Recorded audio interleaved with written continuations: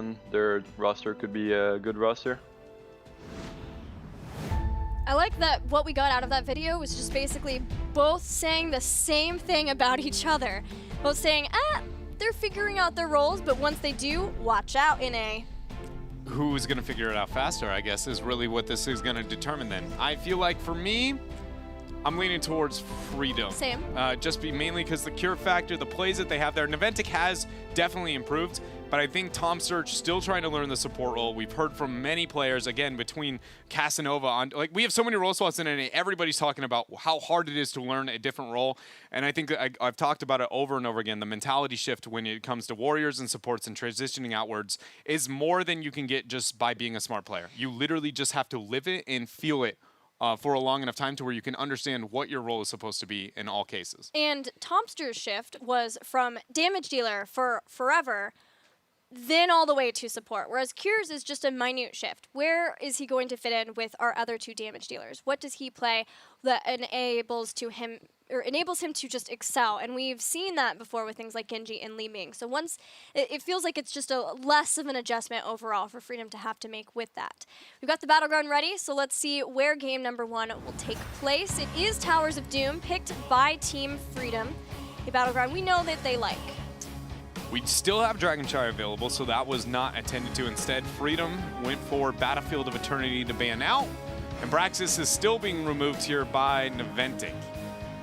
Towers, though, is going to be one of the best maps for Team Freedom looking at phase number 1. One adjustment, one player is not enough for me to be like, you know, that they probably aren't that strong on it anymore. It's just going to be how effective they can be into their drafting, how they play it out. I feel like this is going to be, right now, I've already 10% advantage over to Freedom. Just knowing the map, not too many strengths out of the team, or out of Naventic, that they are good at those kind of global or bigger, larger maps. It's almost always when you can get the raw team fighting that they usually excel. Naventic has been very focused on certain heroes so far between the two series that we've seen from them. Dahaka was a big one in their first series, and then looking at their series yesterday versus Roll 20, Tassadar was another huge priority for them. But also, interestingly enough, Team Naventic banned Genji every single game versus Roll 20, most games versus Gale Force Esports, and they have never played him in the entirety of Phase 2. So for them to ban Tass here is interesting to see if they will pick up Genji here, because they so far have had not a lot of focus there, and I thought it would be the same thing versus Roll 20, which is just constant bans so that Freedom can't get him for Cure. Yeah, you know, because Cure, I just look disgusting on the hero. I mean, we watched it even in the interview. They had a little highlight reel of him there, just slicing through almost everybody on the other side there. Nubarak was removed for Team Freedom, so what is it? It's the Dahaka still not risking the Genji, which leaves it over to Cure. What else are they going to lock in there with it, though, is the question. Is it the Uther? No, it's going to be the Abathur. I freaking love it. Looks so good. We have not seen nearly enough Abathur in North America post mid-season brawl. I didn't think Freedom would be the team to necessarily be the ones leading the charge on that, but I'm fine with it. So am I. Uther still up for Team Naventic. Naventic has been so interesting about their support. Not only did they start things off with Big E playing support and then swapped after 1 week, Tomster playing it, but they also have not focused on having support at the beginning of a draft really at all, and have not even banned Uther. They just have such a low priority on supports just in general, except Tassadar. But support's never banned, except maybe a Malfurion from a Stitches pairing. They have a high priority on Stitches and Malfurion together. But then, yeah, they always pick their support after second ban. So does that change here? Do they get Uther since it's up? I want to say yeah, but I'm scared even after the last series. They do. And this paired with a high fall stat. Double global for Naventic. Double Genji against Falstad? Yeah, that's what I'm thinking. Falstad is gonna be. Yeah, it's, we talked about it over and over again. Falstad, it's not that he's a bad hero by any means. It's just that a lot of the heroes that are good against him are very, very prominent into the meta, Genji being one of those. I definitely don't mind having a double global in Abathur. It just makes it that much more lenient, but it's like, is that worth that high of a pick? And even if so, is it just seems too out of place too fast. I want to see an argument with their next two picks as to why we see that Falstad locked in. Like, even if it's just the Stitches, I'm okay with that. Especially since it's Naventic. Naventic have changed quite a bit in their drafting patterns, even from the series against Roll20 yesterday. Yeah. So I'm interested to see what they do in the next ban and their final 2 picks. Team Freedom, though, wanting to take away Greymane to pair with that Uther. I just want to say that Freedom's drafting adjustments from Phase 1 into Phase 2 are actually insane. I don't know what happened, but they went from we're just going to draft comfort to like we've learned how to draft meta.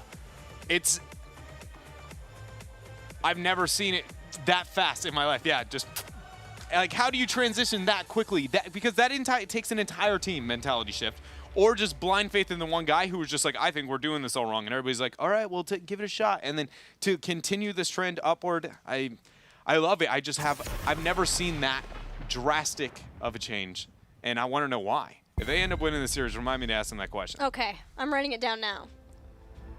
Illidan was removed, though, for Naventic. There's still an Arthas capable, and with an Abathur, it makes it that much better.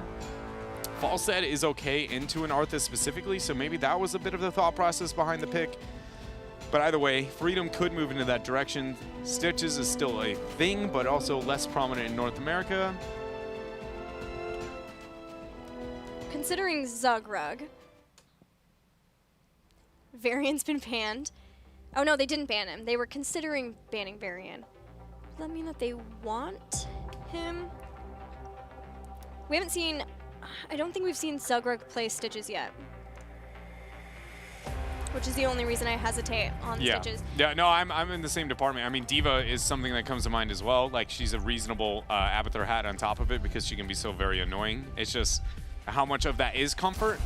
Oh, there you go. And Lunara. Nice. In 1 week. 1 week. And they changed their drafting priority colossally. That comp looks so good.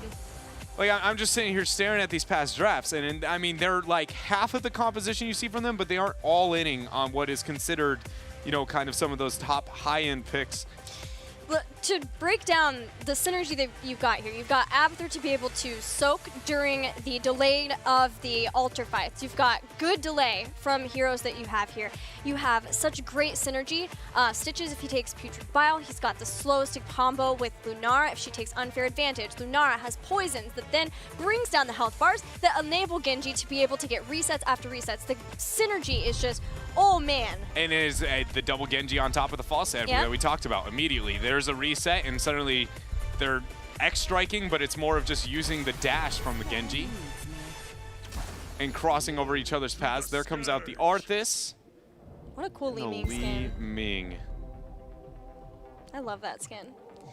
Last pick, Collusion's hero. Collusion in the past has played so much Malfurion, but now the changes come in, and now I'm wondering, we've seen him already last week start to pull away from that. It almost felt like it was in response to knowing that these changes inevitably were going to come in. I mean, Malfurion or Brightwing are the only things that really stand out to me at first glance. No Rhaegar? The reason why Malf is for actually the healing reduction onto the hook target in the follow-up now, with 30% healing reduction, it's actually a really good single target isolation pick strategy complementing that. And then the Brightwing, because it actually works really well with matching the double global and on top of the double Genji. Brightwing is really good on when you can force a fight immediately and you can end it fast. And this comp is built to be able to do that, so I don't mind it. But they go with the safer route. They're going to stick with the Rhaegar. It's one of the few times that, like I said, I just felt like we could actually see the Brightwing, and I don't go like, oh, please not this hero. It actually, especially into things like the Arthas, because you have that such good kill potential to lock him down.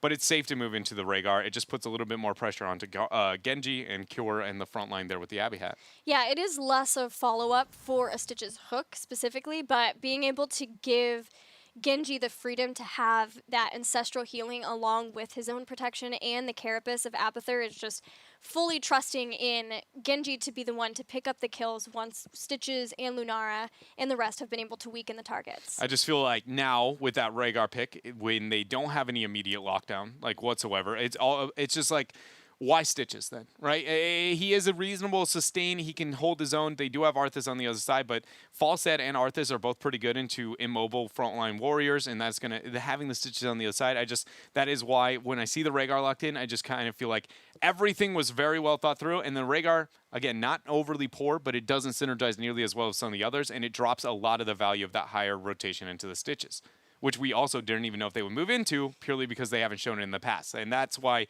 it's a little bit weird, and I 100% was banking on they're going Stitches, they're going to be overly synergistic with it because teams that have synergistic comps and can execute in NA, we've seen how easy it is to be able to survive one hook. Well, we've got the Team Freedom very meta stylings of them versus the very global heavy stylings of Team Naventic. For game number 1, let's get right into it and see who takes the win on Towers of Doom.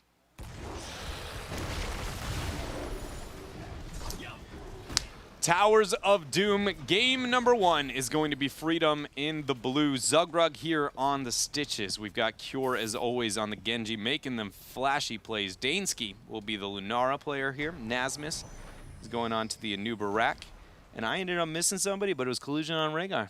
Dancing away as a good old pup. Don't think that was Nubarak. I think Naz was maybe playing Abathur over on the other side. I got baited. Biggie, there is no you did. Leaving, played by Biggie. Tomster will be playing Uther. B-Kid on Arthas. Zuna will be playing Dahaka and iDream on Falstad. Turns about alphabetically, Anubarak and Abathur are so close. I feel Next like to each other. I feel like, you know, minor micro misplay for production in the I back saw end. that and I was like, Nasmus, what? I'm going to be honest here. I feel like they really need to work on their focus fire, you know? Specifically when looking at the Abathur versus the Anubarak. Yeah, after the marathon yesterday, I think we can cut people yeah, you're a right. break. Here comes the Collusion. fly. Yeah, he's stuck. He's going down. He's going full Dodged noblesse. it. Full noblesse. He's trying.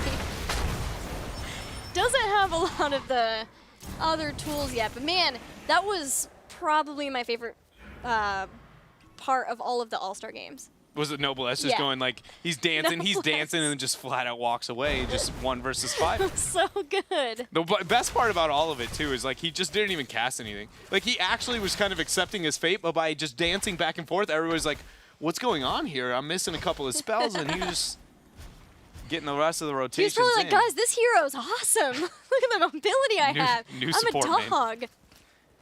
When you're looking at the talents into this game, everybody's playing a bit more norm. We do see the concentration onto the W for Uther at level 1, but it's all an adjustment type deal. You know, it's situational, adjusting to the opponents here. Tomster is now off of the Karzim, a more straightforward support. Still has a lot of weird niche things that I expect to kind of highlight here into this game, but I'm going to have high hopes for Tomster on a support like Uther compared to that of Karzim. Landed some bombs, though. He did. He landed more than I expected to be able to see from him. Like, you know, especially a player just transitioning onto the role, but there were a lot of moments as well where it's like, you know, Karzim, the difference between good and bad is just when you can get away with free punches, and oftentimes, you know, we saw Tomster sitting back getting the heals, and it wasn't poor, it just wasn't enough to be able to get the win that day. iDream, though, starts to channel up on top. Tomster completes the 1 up on bottom. This is Freedom giving up the first couple shots. They gave it the first one. They understand they have an Abathur composition, and with a double global, just wanted to make sure that they could get their own with Genji, stick out in the lanes as they can, and continue to make sure that they can hold on to the experience. Genji's going to go in after Dahaka in the top lane. But all is A-okay. Every time I see Genji in 1v1s, it's so, something about his animation just triggers me. You know what I mean? When he's throwing out the little shuriken, the throwing stars, just the he's up in your face all the time. If you can't hit the CC, he's gonna have a good one. So I'm thinking our Abathur build is going to be somewhat of a hybrid here. Did get pressurized glands, which lends toward things like potentially Soma Transference later on, maybe even the Envenom Spikes at level 16, but not getting Adrenal Overload. But when you look at the heroes that he's with, it kind of makes sense. Yeah, none of them necessarily, unless you go with a full like AA Lunara, but then also you know, she doesn't have enough cross-supporting to necessarily give it the all-in into Lunara and get the Adrenal Overload. So I don't mind the build that we see here and adjusting with it. I expect still on the back half, though, the 13-16 to probably concentrate still into the team fighting, go with a more half build. But using 4 and 7 as a little bit of a way to manipulate the map, as we see already a lot of mines laid down out there. There's going to be one hit as B-Kid tries to walk on to this point. We even got Dahaka coming in, so Team Freedom should recognize that Naventic are fully committed to trying to take this camp potentially. If not that, get the kill. Protect has already been used. Howling Blast is perfect. Genji goes down. That was a really good Howling Blast, and iDream understanding once the cooldown was used, he was like, there is no way this guy should be able to survive isolated. You almost never see it barrel roll offensively and it have a good outcome. But in that circumstance there, nice adjustment there. The Howling Blast was the prep, but if no barrel roll came in, he would have been able to walk away. 7 Talonteers here for both sides. 9 seconds until we have this altar spawning up on bottom. Freedom is still out of the range of, you know, willing to be able to take team fights directly. So I wouldn't be surprised if they kind of just test the waters, look for a hook pick, and if it doesn't work out, just giving up on it. Yeah, these are two that are close together, altars, so if they play this safely, they could at least stall for a while, especially knowing that all of the globals are down here. Dahaka's there too, hook hits. Hammer of Justice is on Kira though, but he's doing a lot of damage, especially with Dansky. Yeah, he's got the cyber agility there. Cleanse is going to be forced out on Collusion. iDream looking to rotate down. Orb just flung on out there. Again, Kira moves up with the Abathur hat. The hook is there on B-Kid, but is the damage there? Kira doesn't have a dash. Not going to be needed. They get the pick and the shots. Both Dansky and Kira were ready for the damage. Now Zuna's come in too, and Zugrug is happy to stand in the way of him and safety. 2 kills for Team Freedom, along with getting one of those 2 altars. That is now Team Freedom not only winning a early game team fight with an Abathur composition, getting those 2 picks, but then they got the shots on top of it. They're now winning an experience. That is not good here for Naventic. It's a slippery slope when dealing with Abathur, but again, if you're ever losing those early parts of the game, you have to fear what the game is going to look like at the 13 window. The best thing for Team Naventic is, again, they do have the double global, although iDream gets stopped from backing. Nice one, Cure. But they have the double global, so they always have the possibility of trying to catch back up in experience now. Knowing, though, that there's Abathur on the other side limits that a little bit, but at least having both Dahaka and Falstad to try to make sure that they can keep up in experience as best they can, so they always are in the opportunity for a team fight. Abathur has taken Mule. Once again, we see Mule back on Towers of Doom here in North America. Yeah, you know, Mule is a weird beast, man. He's only got really 2 maps where it's ever considered, and it's pretty much always going to be on Towers and into Sky Temple. But, I mean, it makes sense. It's just really one of those things. It's like, how much value is it going to get is all it comes down to. How many circumstances where you see the Mule drop and you're like, oh, baby, that denied so much out of Naventic. They aren't going to be able to convert this. But it's like, Abathur's one of the only heroes. His 7 talent tier trade-off is not too bad if you moved in the Mule. You aren't like, oh, Abathur with Mule, there's no way we win this game. That trade-off is too poor. It's just kind of like, oh, I can see it. You know, it's just, hopefully it works out, gets enough value. I like it. I personally love Mule. I've always loved it since way back in the day. I still use it as a scouting tool. Like, if I'm this Abathur right here, I'd be like, oh, maybe this shrub. I'll walk in there, drop it down, and be like, anybody want to give me a free little ward? There's going to be a lot of times. Oh, man. That stock is good. Isolation hits. We've got Future Prowl, though, too. Zuna pulls Collusion back in, and Rhaegar is already taken out. Big impact. He goes down. Kira's just cleaning house. And look at, oh, man. Uther.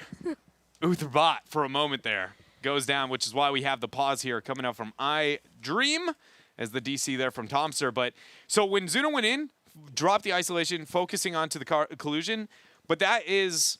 Dahaka problems are a lot like we see with Illidan problems, right? It goes like, well, yes, you can dive onto the back line, but if it's like whether or not it trades up, Genji is going to trade up onto that. Like, you can, yes, you might be able to kill the Rhaegar, but Genji will always get that backline damage properly, and that's one of those trade-offs where it's like, I don't care how much you all in, you have to stop Genji from being effective, otherwise he will be more on top of it. Granted, you know, maybe the support in that circumstance is one of those, the reason as to why that team fight wasn't as good for Naventic, but you have to consider that because it's the second burrow all in that we see in Azuna. The first one, not nearly as clean as that one. And he doesn't have adaptation, so he doesn't have the health bar that he would get from that. So he is relying on his essence and the heals, the divine shield potentially from Tomster too for Uther.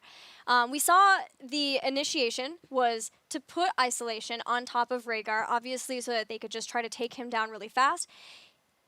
Is it maybe that they try to put isolation on someone else, like the Genji, and then in that amount of time turn around, drag Rhaegar in, and then still try to take him out? Because you want to take him down fast so that he doesn't have Ancestral for any of the other targets. You want to take him down first. It's actually really weird how they have to play it out. It's like, so I would argue Arthas should be concentrating on peeling. Like, who are the biggest focuses on the other side of the table, which is almost always going to be, like, Li Ming is going to be the most susceptible. She has the lowest health pool, the most probability of getting a reset. And much like in the Illidan problem as well, Arthas should be the one backing up, getting the peel. And yes, Genji will be effective, but the argument should be it's enough drawback there that at least I'm going and gaining an upper hand by all-inning and committing to the Rhaegar. But, I mean, they don't have to necessarily all in the Rhaegar. Granted, when you go isolation, you do make Dahaka way less diverse on how you win fights. It kind of goes, he's kind of a one trick in the sense that he's going to burrow and he's going to drag, but now he has to burrow and he has to drag before he's going to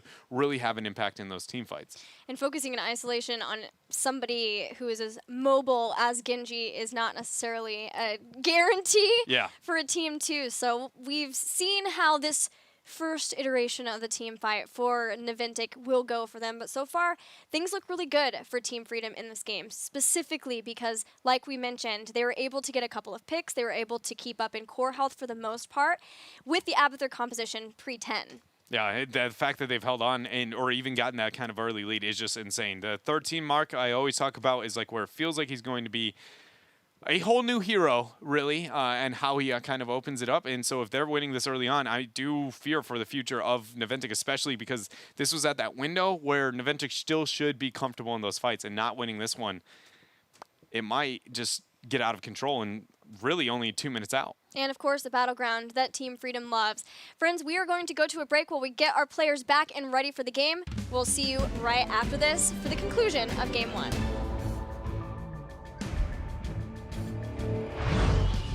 Swarm is eternal. We evolve. We conquer.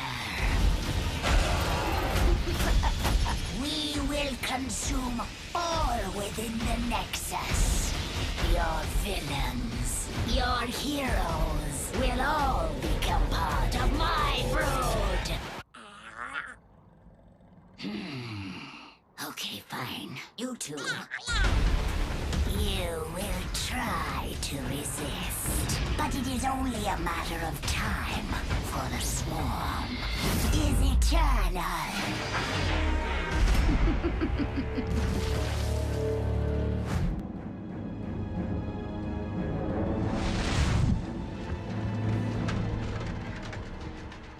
I was once a far strider. I swore an oath to defend Silvermoon and its people to my dying breath. It was not enough. My homeland still burned. But those days are long past.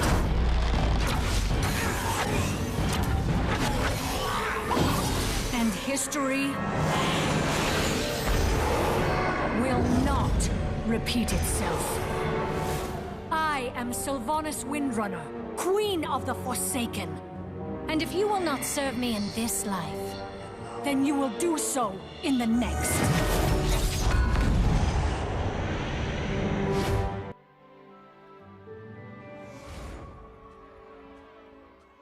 Peace.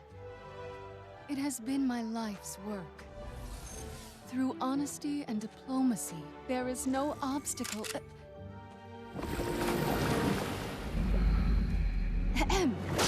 There is no obstacle we can't overcome. Within each of our hearts lies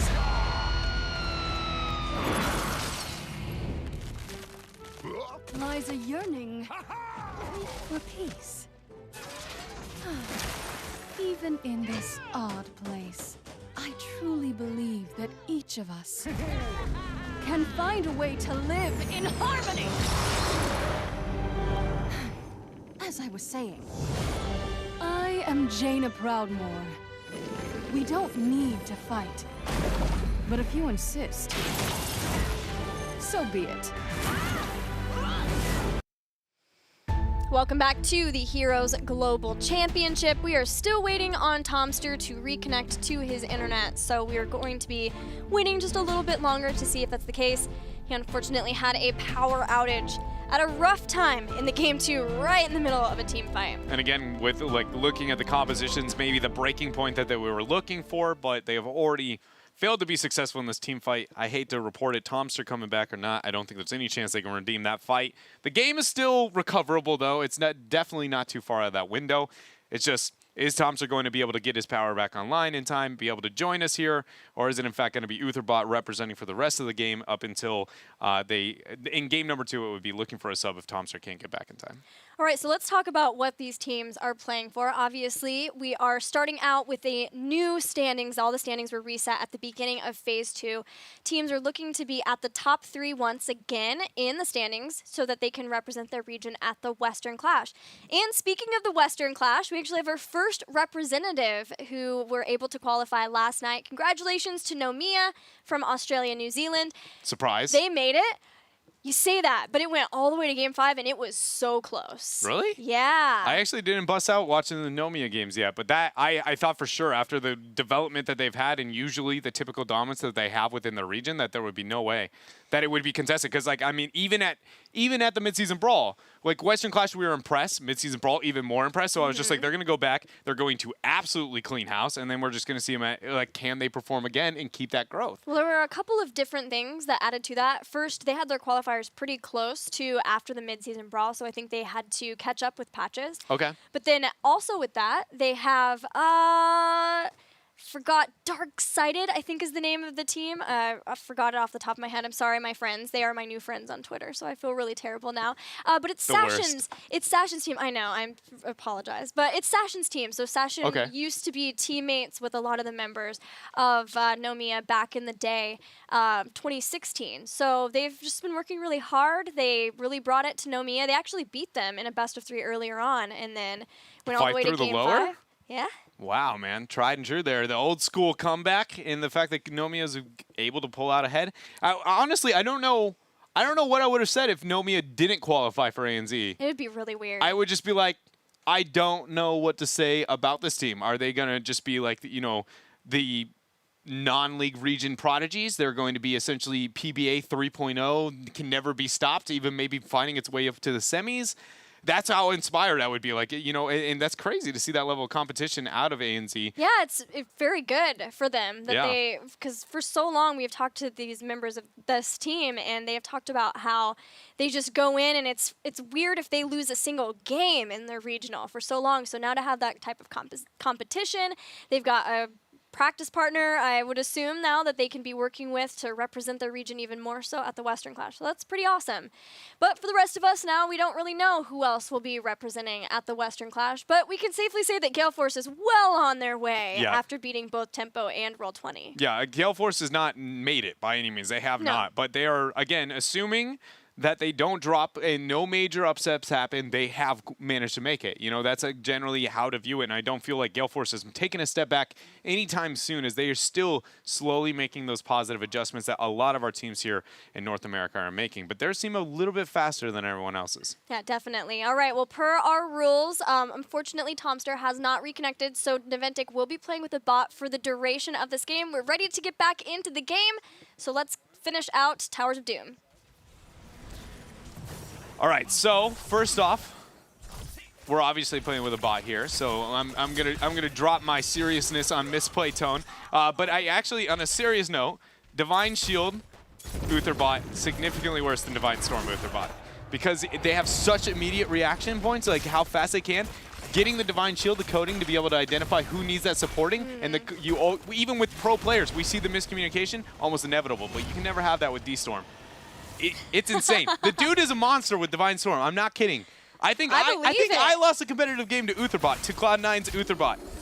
just because it's Divine Storm, it doesn't hesitate. It's like, oh, I see somebody, just everybody's dead. So, you know, already a huge setback here for Naventic. Sad day. That's as far as my analysis goes for Utherbot. I appreciate that. Thank you. What is the best bot? ETC bot, I would still say. Still got probably the best track record. Yeah. Murden, you know, he's had his, what I'd like to say, positive showing there. His day in the sun. Yeah. Does not hit. Utherbot dodging that left and right. Lumberjack Utherbot is that. One of my favorite skins, just the manliness of it alone, you know, kind of separates it from everything else. Outside of the new Taika skin. That's my favorite skin. It's so good. What's your favorite part, Gilly? The giant super soaker. Yeah. Well, that's my favorite part too.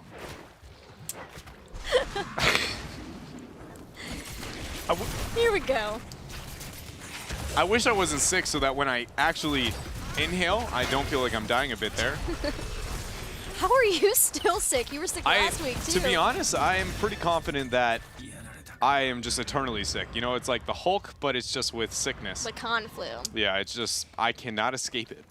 Double altar spawn now as we get ready for that. Also, 5 altars being held by Team Freedom.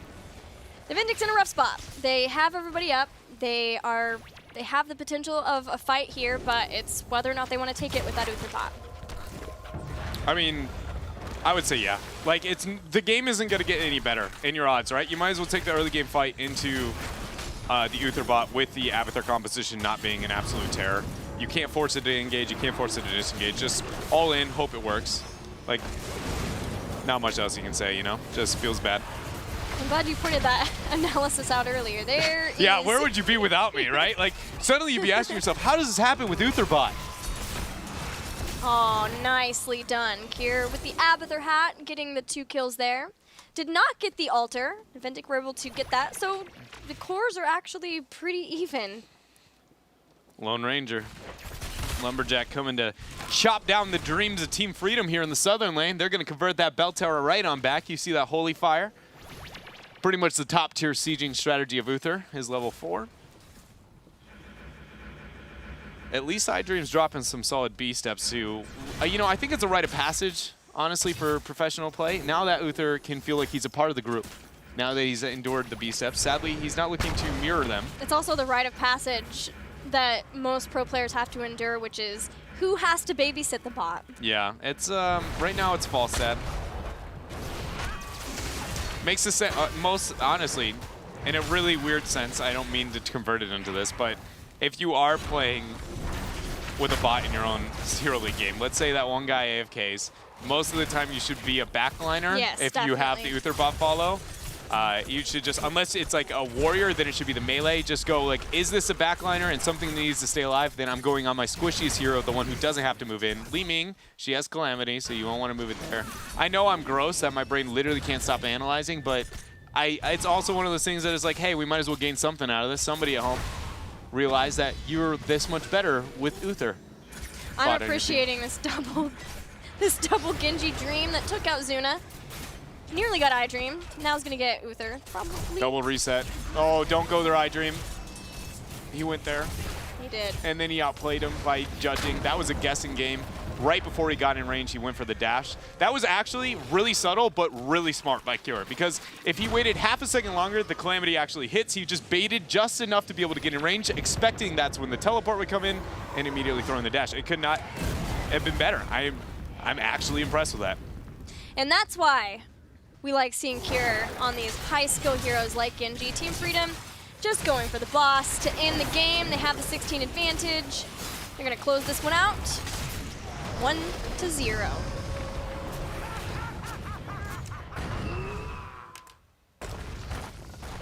That's it. Honestly, I wish I had something else to say. You know, it's just the game is in fact over.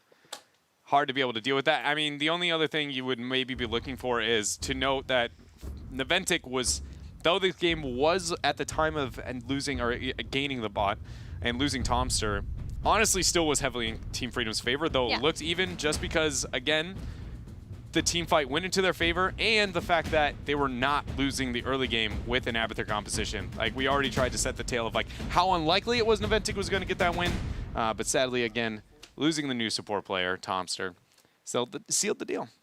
Well, we do know that Naventic are working on getting a substitute player, I believe, for the team, unless Tomster has been able to get back in. Other than that, it is a Towers of Doom victory for Freedom, but honestly, again, looking at this series, I would say that was a really important one for Freedom to win, knowing how much they like Towers of Doom. So it's a recoverable series for Naventic. It just depends where things are going to be with regard to a sub. It is interesting how that approaches, because now it's like, if Freedom was to lay out every map and they were like, these are the ones we can win and these are the ones we cannot risk, you know, like these are the ones that we assume we can win so we can't risk it. The Towers would definitely be one of those maps. It feels a little less gratifying, you know, knowing that it was into the Uther, but it's like one of those deals where it's just like, we still got the win on the map we banked. So everything going according to plan right now, even though, again, maybe not as satisfying. So I'm ready for map number 2. Well, I just got word from